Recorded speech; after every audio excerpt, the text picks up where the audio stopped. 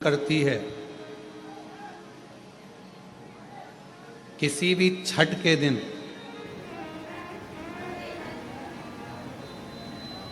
चाहे अंधेरी की छठ हो, चाहे उजाले की छठ हो, किसी भी छठ के दिन अगर षडानंद कार्तिकेय जी महाराज का नाम लेकर 6 बेलपत्र और उस 6 बेलपत्र पर 6 दुर्वा, 6 पुष्प, 6 अक्षत के दाने रखकर षडानंद कार्तिकेय बाबा के स्मरण कर कर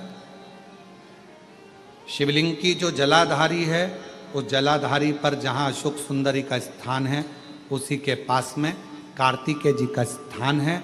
किसी भी छठ पर यदि आप बाबा को वो बेलपत्र, वो दुर्वा, वो पुष्प, वो अक्षत का दाना 6 समर्पित करते हैं, किसी भी छठ के दिन, षष्ठी के दिन स्कंद भगवान का नाम लेकर, स्कंदेश्वर बाबा का नाम लेकर, कार्तिकेय बाबा का नाम लेकर यदि समर्पित करते हैं तो जिंदगी में कितना भी कर्जा हो, वो कर्जा 3 महीने के अंदर समाप्त होता ही है।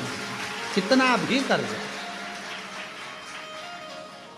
साथ में आपका परिश्रम, साथ में आपकी मेहनत और आपकी दृढ़ता। क्या होता है, लोग सोचते हैं कि हमने शंकर जी को बेलपत्र समर्पित कर दी तो कर्जा चूकेगा, पर साथ में मेहनत भी करना। अगर आप मानते हैं कि पूरी कथा का, इसमें कई दुनिया के कई लोग हैं हमारी कथाओं को आधा काटते हैं, आधा भेज देते हैं। गुरुजी ने कहा कि बेलपत्र पर शेर लगाकर चढ़ाओ, पर गुरुजी ने साथ में कहा कि रात दिन एक करो, पढ़ाई पूरी करो, आधी बात काट देते, आधी बात दिखा देते, पर उसका हमको कोई फर्क नहीं पड़ता है। आग लगे बस्ती में अपन रहो, उसका हमको कोई फर्क नहीं पड़ता, क्योंकि दुनिया का काम है गलत चीजें जनमानस में देना, जिससे बदनामी हो, अपशब्द बोले जाएं, ताने दिए जाएं, गालियां दी जाए। ये दुनिया की रीति है। बहुत आते हैं दिन भर में, कहीं कोई दबाव देने के लिए आता है, हम तुम्हारी बदनामी करेंगे, हमको 1 करोड़ दो, हम ये छब्बा देंगे, हम वहाँ से आएंगे, हम ऐसा कर जाएंगे, हम वैसा कर जाएंगे। बहुत आते, दिन भर का काम है इनका, रोज का यही काम है, हमें ये करो, हमको वो करो। दबाव देने वाले ढेर मिलेंगे, अपशब्द कहने वाले ढेर मिलेंगे, ताना देने वाले ढेर मिलेंगे, पर आप अपनी पूर्ण ऊर्जा के साथ में शिव महापुराण की कथा कहती है, 6 बेलपत्र, 6 पुष्प, 6 दुर्वा, 6 चावल के दाने और साथ में अपना परिश्रम पूर्ण करो। छठ के दिन स्कंद भगवान का नाम लेकर, स्कंदेश्वर का नाम लेकर भगवान शंकर के जलाधारी पर समर्पित करो, शिव जी से प्रार्थना करो और अपनी मेहनत को 4 चांद लगाओ। कर्जा चूकेगा जरूर, समाप्त जरूर।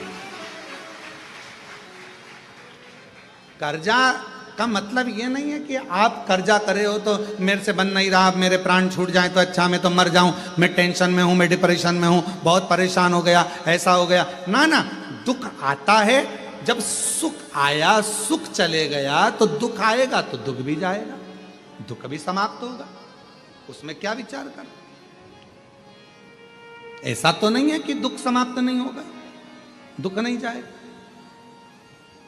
सुख आया है, जब हमारे अच्छे दिन अगर समाप्त हुए हैं तो दुख भी समाप्त जरूर होगा, फिर वापस सुख आएगा। थोड़ा हिम्मत, थोड़ा धैर्य, थोड़ा हृदय पर भाव एकाग्रित करो कि नहीं नहीं, मेरा शंभु, मेरा शंकर, मेरा त्रिकालदर्शी, मेरा कैलाशी, मेरा अविनाशी, मेरा शिव मेरा दुख काट।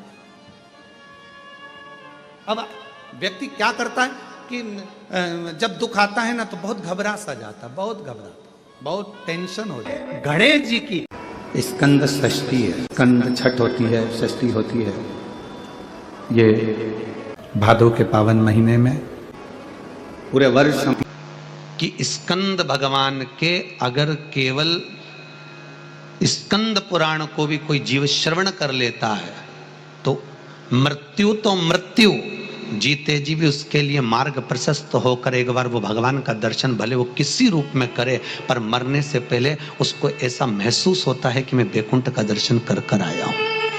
ये उसको भान होता है स्कंद पुराण को मात्र श्रवण कर लेने से, मात्र श्रवण। आज स्कंद षष्ठी है, तो आज के ही दिन, स्कंद षष्ठी के ही दिन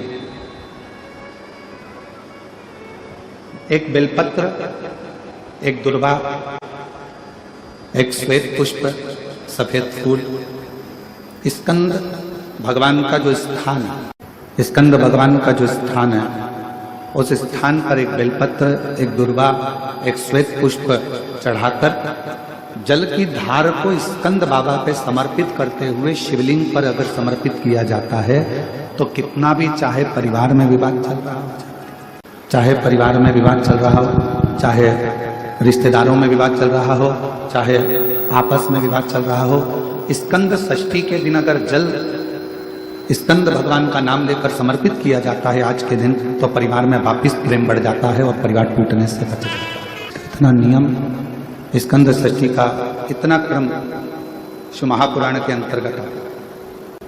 आप सभी बड़े धनभागी हैं, बड़े किस्मत वाले हैं और बड़े भाग्यशाली हैं। शिव जी की बड़ी कृपा आप सभी पर है।